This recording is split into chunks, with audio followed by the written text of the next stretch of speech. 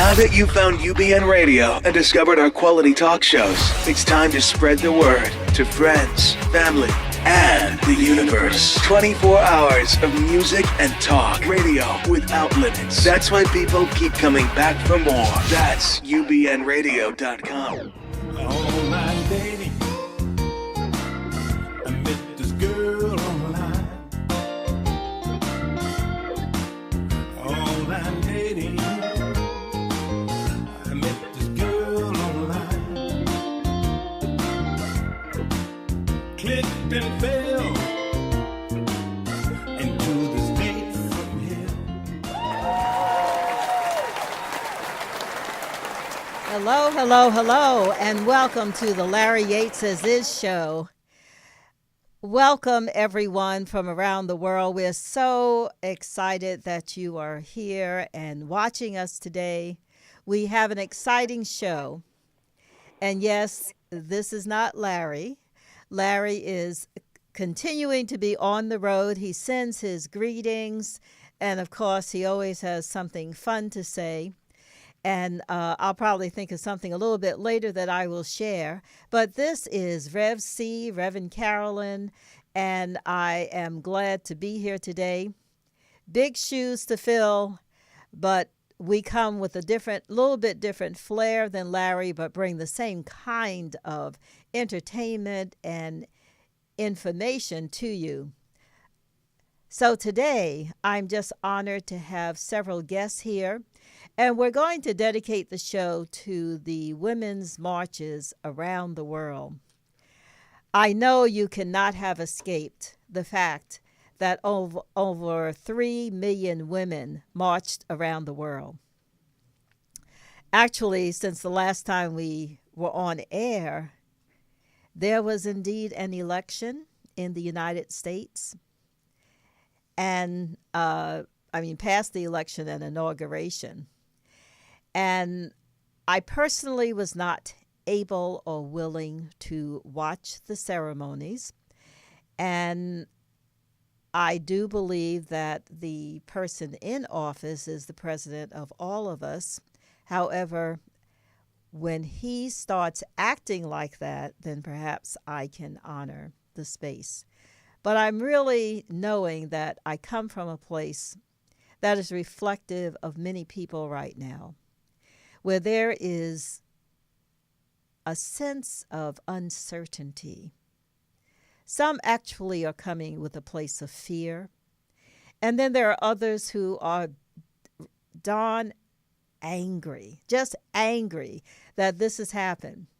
And yet at the same time, I am hopeful, I am inspired, and I am lifted up by the fact that so many people have said, I must do something now for me, for my children, for my grandchildren, for the rights of women, for human rights, and that this is a time that my voice must be heard.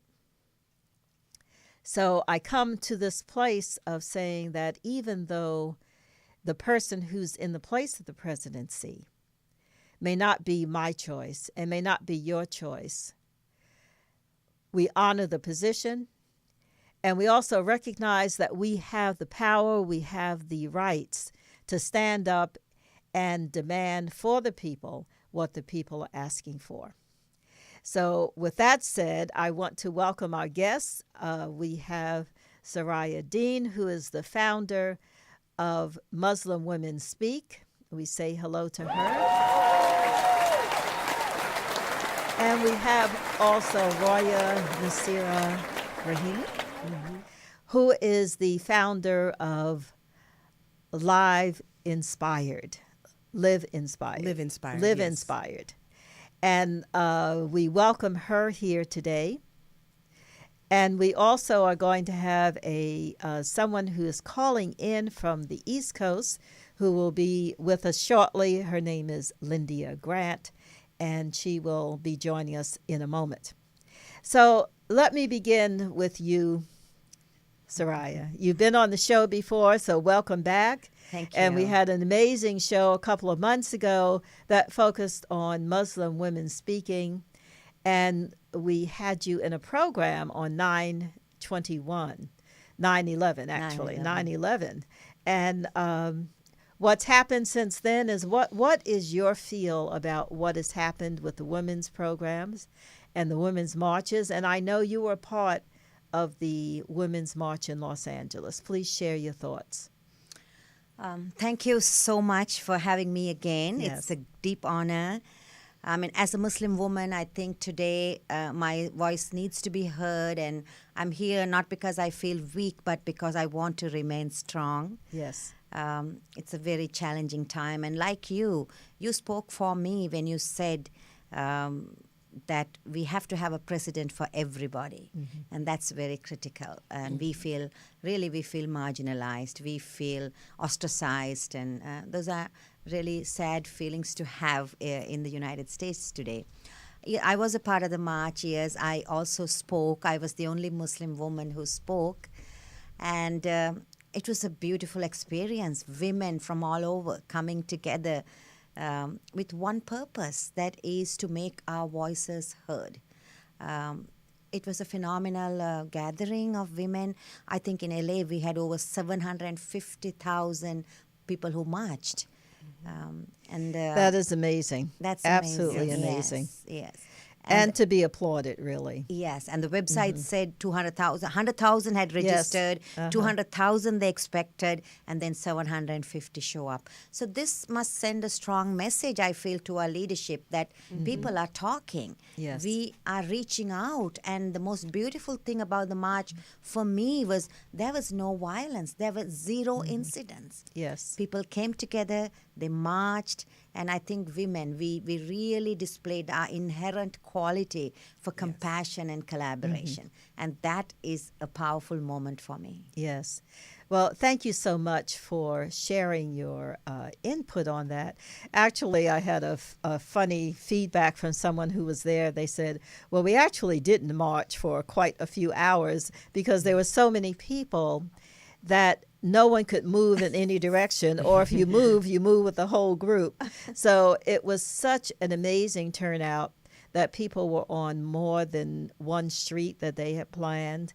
And I know that at a certain point, they did start the march and got to City Hall where the speakers were heard. So I know it was an amazing coming together. I also want to share something. I received a message this morning from, I'm involved in activism, as many of you know, and there was a recent call for faith leaders to send out support for California legislation, SB 31, which is a pushback on President Trump's targeting of Muslim communities. The legislation has been given expedited hearing in committee, making the deadline for support today, Thursday, January 26th. So I encourage anyone who's listening who is in California to please look for Senate Bill 31 and send a note of support. It provides robust state action in protecting our most vulnerable communities from ineffective and harmful registry programs. And California has a duty to protect the rights of its people and ensure equal justice under the law for all, regardless of race, religion, or national origin. And we are asking that you sign personally and any organization you represent to show that you are supporting that program. So please take action. Here's a time you can actually do something. People are always asking, what can I do to support? And this is one that we can all do. So let me now turn to Roya. Thank you for being here, Roya. Thank you, Reverend Carolyn. And why don't you share some of your insights about the march and why you were there, who you represented, and what you gained. I would love to. Thank you. I also would like to add to the conversation about the Muslim perspective.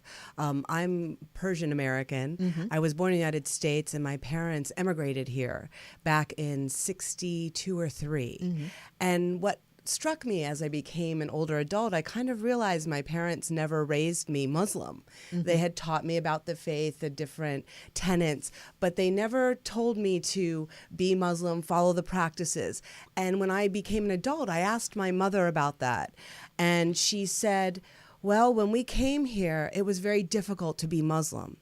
And we decided that we wanted the children, all three of us, to have the opportunity to decide for ourselves. And she spoke of the challenges to be Muslim in this country. And that's back in the 60s. Yes. We're now 40-something years later. You know, we're almost 50 years later. And we're still fighting the same issues. We're still standing up for rights for everyone. And when I really look at America, even as a child, I was told to go back to where I came from, but I was born in Philadelphia. Yes. So there's this underlying lack of acceptance, yet we have this Bill of Rights, this Constitution, this Declaration of Independence, which started the United States. It's all about justice, liberty, and the pursuit of happiness for all. And yet people come here, and we're all immigrants unless you're Native American, come here and cannot feel comfortable to be who they are. And I think that's what took me to the Women's March, and that's the collective I was about. I actually was part of a collective called the Ashe Collective. And it was 3 or 4 different Brazilian communities in LA that came together. And we specifically marched and we drummed and we danced the whole time. And we used the rhythm of samba reggae, which was completely intentional. And in this language, you would say samba reggae. And in samba reggae was a dance of revolution. It was a music of revolution, because at the time of slavery in Brazil, as in many countries, slaves were so beaten down that their posturing, they would be hunched over and always look at the ground. So samba reggae was developed to teach people that the movement itself has you put your chest out, your head up, and be proud of who you are, and stand in the truth and your worth of who you are, and know that, so that no one can ever bring you down. And so we brought that energy, and we brought samba reggae in the truest form, so that we're reminded of our worthiness. And it was a group mainly of women and the men who support us to remember that it's the feminine quality, similar to what you were saying, that is going to be the healing and the integration. Okay. And let me ask you specifically, when you say you danced the entire time, was that for you? Was it for the community? Was it, what was I understand why one dances, but in this particular environment and the march, was it to share with people? Did you explain to people what you were doing, or was it for the celebration of women in this space? Probably all of the above. We were able to explain somewhat, because there were pauses here and there where the march was just stopped, and we couldn't move, especially for the first 2 hours. We were waiting. So, we knew that people would think, oh, it's just about the joy, because we were there to bring the joy, but it was that unification. There's this one video of us that I got to see that was an aerial shot of us dancing together, and literally it was about a half a block's worth of people packed. And everyone was moving in unison. And so it was really about the symbolism and also what the dance itself represents. And it would have been nice to have a bigger platform to be able to explain to people, but we were able to a certain degree as we moved along. But for us, it was the symbolism of it that we knew and were holding that was a unifying force, because it was those dances and rhythms that brought people to freedom in the past. So we wanted to bring that sense of freedom to the march. Well, thank you. And Soraya, in your what came up is a thought about being a Muslim in this country, in California. You float between different worlds of speaking in different places and different churches and mosques and temples and other things. And what have you seen in the last 3 months since Trump was elected, or 2 months since Trump was elected? Have you seen have you seen the voice of people change? There is a lot of uncertainty. There's driven by a lot of fear, though I personally choose not to be afraid, but I just feel I am being pushed and pushed and pushed to the wall. So does my community, because you just wake up and you don't know what will be said, what will be done. So there is this sense of uncertainty, and you know, Reverend Carolyn, we can't live in fear. No, we can't. Because what we focus on the longest becomes the strongest. And we are trying to figure out a way not to do that. Yes. Because personally, for me, that is very critical for the work I do. Because we who talk about peace, we have to be peaceful first, right? Yes. We who want to promote peace, we have to be peaceful first. Yes. So in the last 3 months, there is a lot of fear and apprehension. And then trying to stay focused. Because I believe, as again, going back to what you said, we need a president for all of us. Yes. And I even in my speech at the march, I said, talk to us, not about us. Yes. And I think anything can be solved if we sit together. I think that is a phrase for all the disparate communities. Yes. Talk to us, not about us. Yes. I was reading something this morning about Black Lives Matter, and I know they were a part of it. I know, in fact, one of the organizers for Black Lives Matter was a part of the organization of the Women's March in Los Angeles and around the country. The march out of Washington was started by some amazing women who said, let's do this. But all of them really came from the same point of perspective, that I love some of the signs that says women's rights are human rights. And somehow there is a distinction that is made in the minds of people, perhaps through the press or through the male-dominated position that people take, is that if it looks like it's against the country or the people or our Constitution when people protest, when they are speaking their voice about things that are important for them. And if they don't fit into that category, then they wind up feeling uncomfortable. I heard a discussion today on one of the morning talk shows where there was talk about women's rights and the concern that comes with this administration of cutting off funds to Planned Parenthood, of Roe v. Wade, of what might happen to a woman's choice, a woman making a choice about her own body. And one of the people on talked about the fact that because they were Catholic and they did not believe in abortion, that they can still be pro-choice for people making a decision, but they couldn't consider themselves pro-choice because pro-choice had the sense of being pro-abortion, which they didn't agree with. So I think it's so interesting that we get tied up in terminology instead of just understanding what is happening to people, that people have rights depending on, and not depending on. That's the issue. People want to make the rights dependent upon. And what the rights are, the way the Constitution has been written, it's for all of us. Yes. That we all have unalienable rights, and the right to due process, the right to trial, the right to freedom and liberty.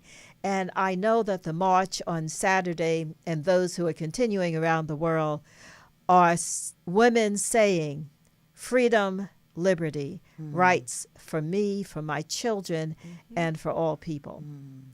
And I know that we have some images of marches around the world. I looked online, the New York Times and several other news organizations have done a fabulous job of doing aerial shots. And they showed London, they showed Lisbon, Spain, Argentina, Brazil, Mexico, Canada, Toronto. I was just fascinated, as well as many marchers around the country. I looked at New Orleans and Florida. Some of the largest groups showed up in Washington, D.C., of course, as well as New York City, Chicago, Philadelphia, and they were in Paris. So it was a phenomenal moment. What I'm a little disappointed with is the media did not show marches around the world. Very little. Very little. Whatever you were looking at, I can speak from Los Angeles because this is where I have been. They didn't even spend as much time on the march. They wound up talking about the speakers and conversations about the speakers where they either agreed or disagreed, instead of the higher ground, rising higher to say, this is a march that brought all of these women and men and children together. This is the story. The story is not what someone said individually. The story is not where Madonna may have said something that people didn't care for. And that's how we're taken off course. Can you comment on that, Roya? Oh, absolutely.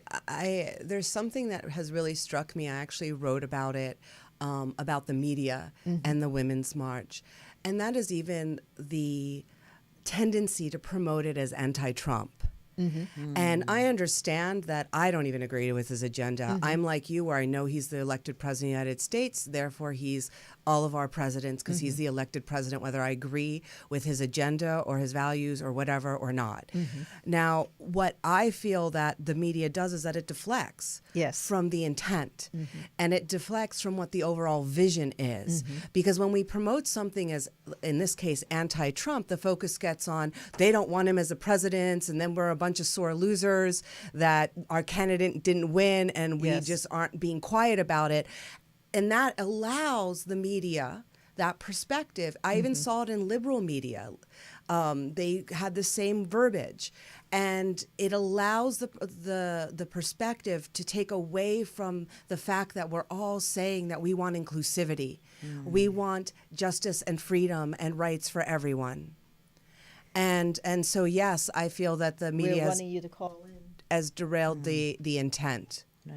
And just to add, as far as the marches in other countries, I went yesterday to the Women's March website because I heard there was going to be 32 countries participating, and I specifically counted the countries, and it was 80 foreign countries plus 3 Virgin Islands in addition to the United States. Beautiful. And the number is now almost 4.9 million. Wonderful. That marched. Okay, we now have our callers on who are wonderful people who are calling in. First, we have Lyndia Grant, who has the Lyndia Grant radio show on NPR out of Washington, D.C., and then that will be followed by our local poet and activist, Suzette Shaw. So can you bring up conversation with Lyndia?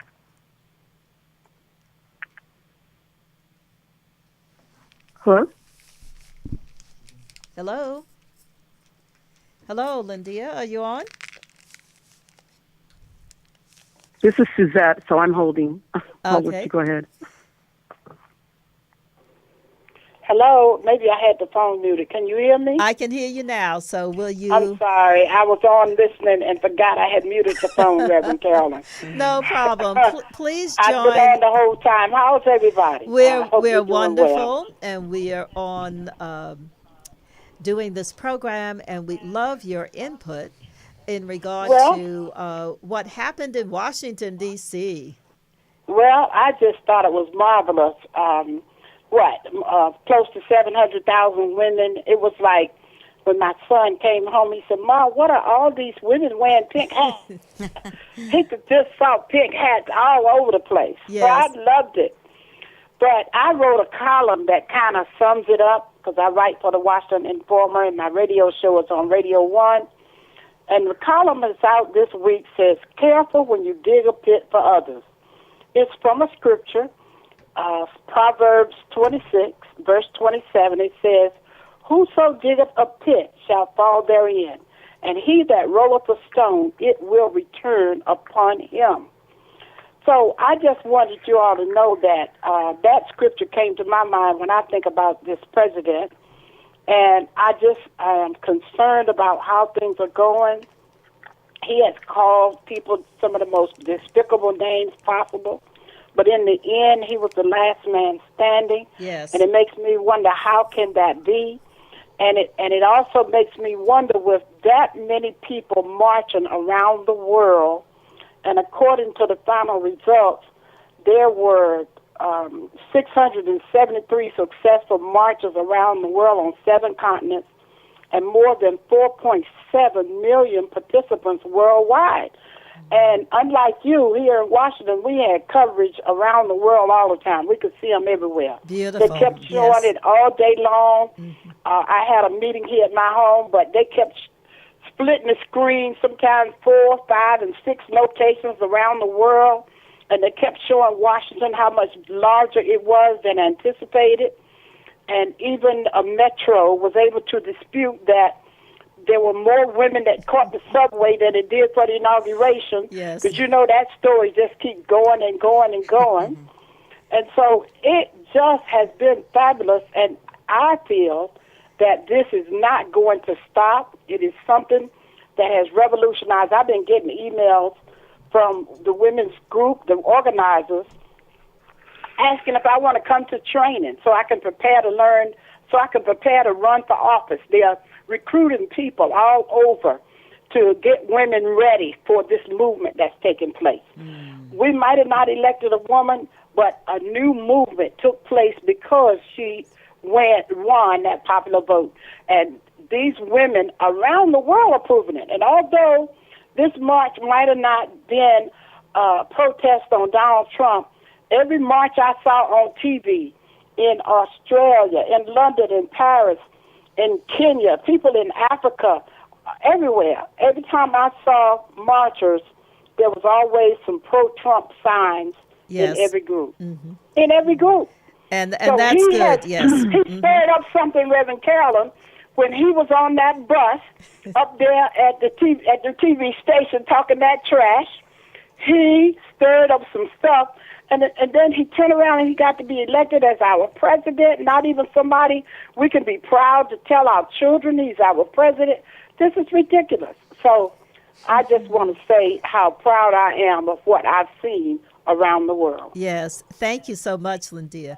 And now we're going to have Suzette Shaw, who is a phenomenal poetess, writer, but more importantly, she is an amazing activist for the homeless in Los Angeles and the world, as well as for women's rights. Suzette, Thank you, Reverend Carolyn. thank you for being with us. Absolutely, and I'm happy to be here. I'm actually currently at UCLA right now. There's actually a conference here going on homelessness and poverty, and in here at UCLA Luskin. So I'll be on shortly, and I'll be short just to say that as a Black woman living in Skid Row in downtown LA, which houses the highest homeless population in the United States of America, given that the actual march in LA actually did take place downtown in my community. I don't know, and that the fact that I was at the Black Lives Matter demonstration the day prior to that, which started at Leimert Park. I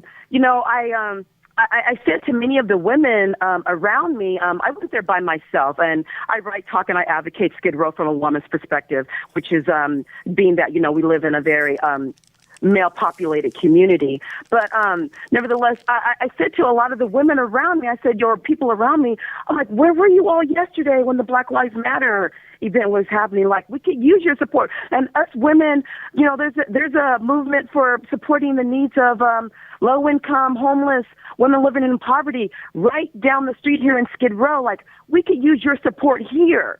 So as a Black woman, as a womanist, and I'll say that before I say a feminist, a womanist, coming from the perspective of a Black woman, I'm just a little dismayed that, our voice wasn't included. And how the lady was saying earlier, how I think it was Miss Soraya, she doesn't, when you're talking about us, ask us about us, and I'll add even more. Not only ask us who we are, but include us at the table. Absolutely. Include us, make room and space for us at the table. We're going to actually have that as a conversation when we're complete with you, because it's an important piece. I didn't want it to be the beginning part of our conversation. I understand. I understand. No, it's good to add context. It's good to bring contrast. And so I thank you for the opportunity. But I was happy to be at the march. I was glad to be there, to be in this space. It was overwhelming, the amount of people. It really was. I walked out of my apartment, a block, whatever, over, and it's like, are you kidding me? Like, I had no idea that many people were going to be coveting the community, And so I did see one female from Black Lives Matter who was at the event the day prior, and she said, hey, you remember me? I saw you yesterday. And she goes, where is everybody? And that was the one thing, is like, there was only speckles of us, as far as Black women, Black people there amongst the sea of others. And those are things that have to be very intentional as we move forward in this particular women's movement. We have to be very intentional of creating the space where it's not just a one voice and a one representation, but that it's inclusive of all, especially given the fact, and I'm actually going to be taking part in the homeless count downtown Skid Row this evening. And the homeless count here in LA is actually taking place currently. But, the demographic of the women living in Skid Row, year after year, decade after decade, African American, middle age, elderly, single Black women. The homeless count that took place last year, those numbers went up additional 20%. So that's why these conversations, and this is inclusiveness, is very, very important. A lot of us are trauma survivors. And when people tend to think of trauma, people oftentimes think of someone raising their hand to them. And that is one most definite form of trauma. But trauma is also when you exclude rather than include. Absolutely. Trauma is also, when you decide not to show my voice and not to include my face. Trauma is when, you're not invited into the boardroom. And, and you're not invited on the platform. So, Suzette, that is also trauma. Suzette, I need to, I totally appreciate what you're sharing here. And I think we're going to have a really separate follow-on program that focuses on this, because as you might know, I am also a Black female and have that perspective in understanding what was going on. In fact, I questioned whether I should even attend, because I grew up through the women's movement, and the women's movement was not inclusive. So I'm not wanting this new women's movement to reflect the same issues and stereotypes and problems that happened 30 years ago. However, there's a way to do it, and there's a way for us to bring everyone to the table, as different as we may be, because we have common needs, common issues, and common opportunity. Absolutely. So what I'd like to have you do, if you can do your poem or writing on dignity, and then we'll cut back to the speakers we have here. Thank you. I would love to read this. And now this is actually a poem I wrote approximately 3 years ago for my women's empowerment group, and it's called Standing Tall for Dignity and Equality. Okay. I am not a liberated woman, as I am just a woman who yearns to be free. I wish to be free from the bondage of inequality, longing for equality that is yet to be. We've come far, but how far have we yet to come? Women are still striving for our equal sum. Whether we're sitting in the White House, Donald Trump Plaza, or up in Beverly Hills, to the lows of the Appalachians, the rundown sawmills, or the Catskills. Whether your zip code is in Manhattan, New York, or right here in Skid Row. Human dignity should not come at the price for only those who can afford concierge prices and exquisite means. I humbly tell you, my voice is my power. It fuels me each day. It gives me the strength which surpasses none. Instead, it allows me to be more of my equal sum. Please know, I'm just one voice. I've won no battles. The battles, they've yet to be won. This voice is just another gift God gave to me so I can stand tall for dignity and equality. Thank you. Thank you so much. Magnificent. And thank you, Suzette. Thank you, Lyndia, for your voices. And we shall have more of you in a oncoming program. I so much appreciate you calling in and being a part of it. Please hang on as we continue the program. Reverend Carolyn, I thank you, I applaud you, I respect you, and God bless you. Thank you so much. If you don't mind, I do have to get back to this conference that I'm at. And I will follow up via online. Okay. Bye now. Thank you. Thank you. Good day. So, this is something I, as you heard from Suzette, it's an issue that I know that I wanted to reflect. I didn't want it to be one of the first things we talked about. But actually, as I looked at pictures from around the world, and I didn't want it to be my own personal opinion, but I do my research, and I looked at what was being shown around the world. And actually, most of the images are of women of European background. And I don't know who was there. When they showed the larger images, it's still, I don't know if Black women showed up, if women of African descent showed up, but the media did not show us. So I'm saying it from two perspectives. One is I believe that there may have been people who did not attend. But the second is that it's hard to tell because the media didn't show us. And I looked and I looked and I looked. I spent a couple of hours actually going through photos because I wanted to bring them up. And I do have some of women in New Orleans, and I have some of women, of course, in Mexico and Cuba, people of color. But those of you who are here in Los Angeles, please tell me, what did you see and what are your thoughts? Soraya. I saw a good cross-section of women from all communities. And speaking for myself, I think I got involved at the very beginning. When they had the first meeting in LA, I showed up and I participated. And I've come to realize that sometimes you are not excluded deliberately. It's just that you didn't adequately participate. So that is something. What does that mean? Like showing up. Well, one must be invited. And I'm saying this as a pushback, not for you personally, but because I actually represent a couple of different organizations. And I contacted the person who was leading this and asked, please let me know what you're doing and how I can get more information so I can let the group of people that I work with know more about it. And contacted them 2 or 3 times and never got any follow-up. So your experience was different. Yes. And I would say there were some people who felt that way too in my community. But I don't need to wear this. No, So, yeah, I felt what worked for me was that I showed up for all those meetings. And I was not personally invited. I saw Facebook posts and I saw meetings and I showed up. Okay, so from Facebook? Facebook, yes. Okay. Yes. Then I contacted the organizers. And when they And when you announced, contacted the organizers, what did they do? Oh, they said we will, there is a call coming up, and they put it on the Facebook, and I followed through. So you contacted them via Facebook? Yes. Okay. Yes. All right. Yes.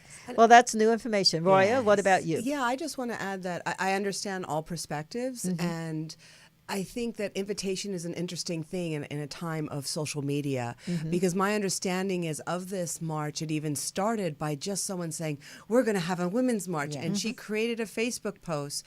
And within a few hours, there were 600 people. She went to bed, woke up, there was 10,000 that said yes. And then it became this bigger thing. That's how I heard about it. I saw the Women's March on Washington Facebook post. Interested in going? Yes. And I put going, and not just interested.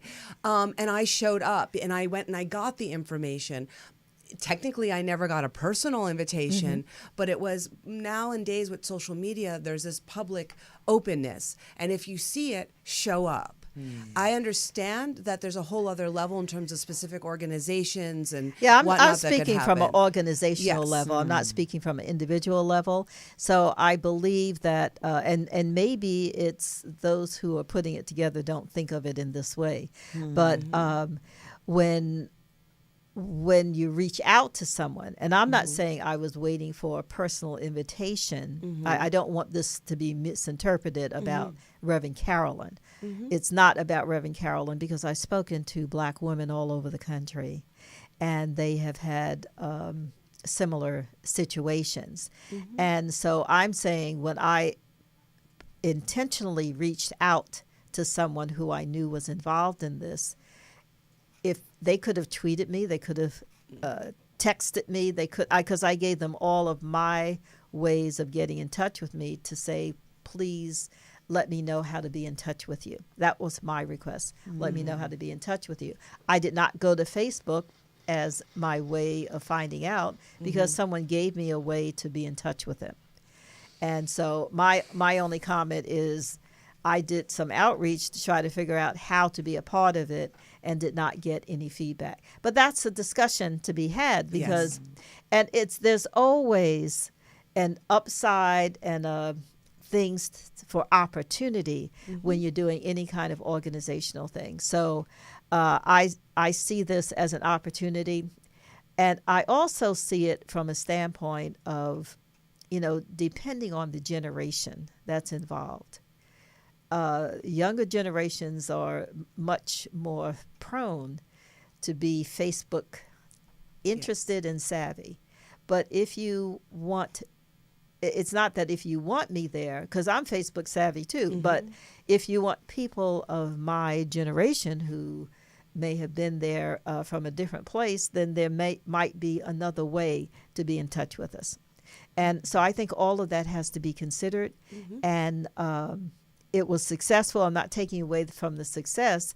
The conversation is about inclusion in an inclusive program. Yes. Yes. Yeah, absolutely. So, And what I hear in what you're saying is that there's an opportunity Absolutely. to reach out in multiple ways. Yes. And this happened really quick from the first post Yes. about it. It was less than 2 months. Yes. And I know you're very understanding of that. And you're right. There are generational differences. You can call them gaps, but there are differences in means of communication and means of how to be invited to the table. And I think that that's a good input for that group. Yes. So that they can include in other ways. Yes. So as we come to an end, the time has gone by. It always goes by so quickly. And we have such a powerful program today. I know that we'll hear from you, and you may want to have more. But I'm going to go around the table, and if you'll give me a very short comment of what you want to see next and what you're going to be doing, one or the other. So, Roya, why don't you share? What is your next step? I just want to see these voices continually be heard. So I think it's important that we continue to march, continue to express ourselves. I know that the group I was with, we're going to have regular meetings and also organize more public events such as this. Thank you for being here, Soraya. See, Dr. King said of all the forms of inequality, injustice in healthcare is the most shocking and inhuman. And today, I just don't even know what to say anymore. We are debating the wrong issues. So what I think is necessary is that we must reach out to our leadership relentlessly and really ask them to say something kind and nice so that the people will wake up and have hope. Yes. So the media has to take equal responsibility. We open the newspaper, we read something that brings a smile to our face and gives us hope. I think that is something that I think we as women should engage in promoting. I agree with both of you that there must be forward action, continuous action, and action that brings us from a positive place to a more positive place that is inclusive. And as Larry ends every week, a nation can rise no higher than it elevates its women. And I always add, and its youth. So I want to sign out now. Thank you all for listening. Please send your comments, your thoughts, about what we've shared today, and more power to you. The women, the grandmothers, the grandchildren, those who are yet to come. We wish you peace, love, and kindness.